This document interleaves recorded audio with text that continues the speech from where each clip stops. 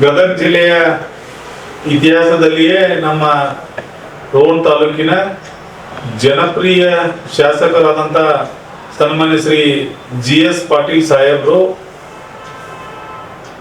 ನಮ್ಮ DK ಶಿವಕುಮಾರ್ ಅವರ ಹೊಸ ಸರ್ಕಾರದಲ್ಲಿ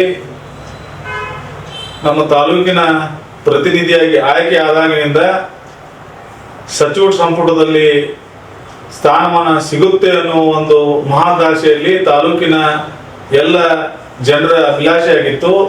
ಆದರೆ ಮೊನ್ನೆ ಇಡೀ ಕರ್ನಾಟಕ ರಾಜ್ಯದ ವಿಧಾನಸಭೆಯ ಅಧ್ಯಕ್ಷರನ್ನಾಗಿ ಅವ್ರನ್ನ ಅವಿರೋಧವಾಗಿ ಆಯ್ಕೆ ಮಾಡಿ ಇವತ್ತ ವಿಧಾನಸಭಾ ಅಧ್ಯಕ್ಷರಾಗಿ ಅವರು ಪ್ರಮಾಣ ವಚನ ಪಡೆದ ನಂತರ ಗಜೇಂದ್ರಗಡ ನಗರಕ್ಕೆ ಪ್ರಪ್ರಥಮ ಬಾರಿಗೆ ಆಗಮಿಸಿದ್ದು ಅವರನ್ನ ನಾವು ಇಡೀ ಗಜೇಂದ್ರಗಡ ಮತ್ತು ಗಜೇಂದ್ರಗಡ ತಾಲೂಕ ಮತ್ತು ರೋಣ ತಾಲೂಕಿನ ಸಮಸ್ತ ನಾಗರಿಕರ ವತಿಯಿಂದ ತುಂಬು ಹೃದಯದ ಹಾರ್ದಿಕ ಸ್ವಾಗತವನ್ನ ಮತ್ತು ಅಭಿನಂದನೆಗಳನ್ನು ಸಲ್ಲಿಸ್ತೇವೆ.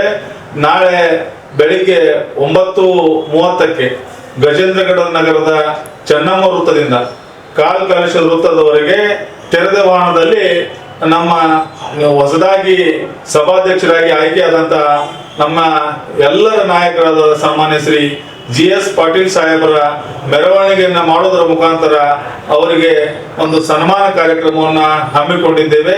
ಆ ಕಾರ್ಯಕ್ರಮದಲ್ಲಿ ತಾಲೂಕಿನ ಸಮಸ್ತ ಎಲ್ಲ ನಾಗರಿಕರು ಬಂದು ಭಾಗವಹಿಸಿ ಅವರಿಗೆ ಶುಭಾಶಯವನ್ನ ಕೋರ್ಬೇಕಂತ ಹೇಳಿ ತಮ್ಮೆಲ್ಲರಿಗೂ ಕೋರ್ತಾ ಇದ್ದೇನೆ.